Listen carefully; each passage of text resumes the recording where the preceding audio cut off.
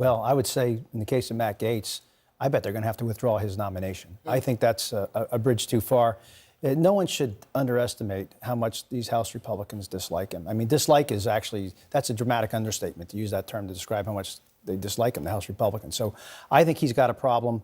That ethics report that's looming, there's a good chance that might come out as well. And those reports are not pretty. I was chairman of that committee, and I can tell you, you don't resign from Congress if that report's going to be clean. It's not going to be clean. And there could be a referral in there, too, to the Department of Justice. That happens from time to time, plus sanctions of all sorts. Yeah, I also think, the Matt Gaetz of it all is so strange because these allegations have been out there. And I also think it's interesting that statement that they put out that we read, Merrick Garland's DOJ cleared Matt Gaetz.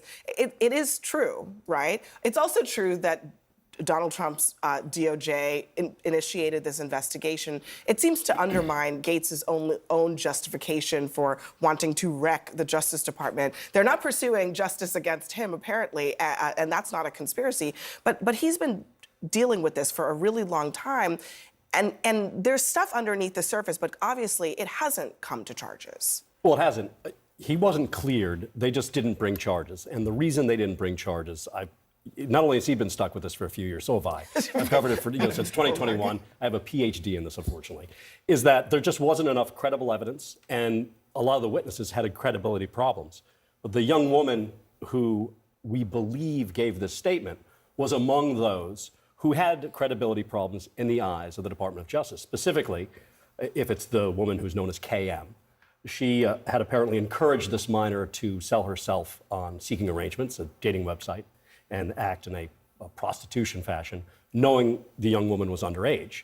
Therefore, this witness herself was, by her own admission, essentially guilty of sex trafficking a minor herself.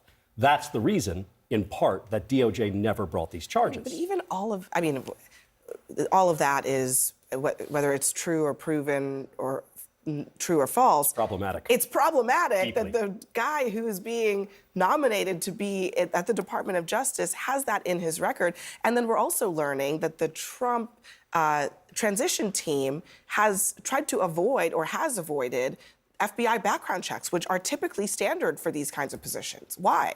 I mean, presumably because they know that their candidates would fail them. Why else would you not vet them? Or why else would you not have this very standard security procedure go in place unless you thought that they were potentially going to fail the test, essentially?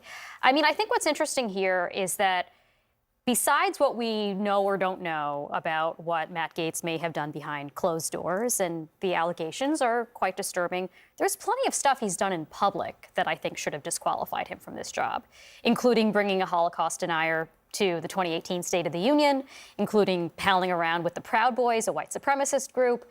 There's plenty of stuff that was bad enough that you don't even need to get to the possibility of child sex trafficking, in my view. Well,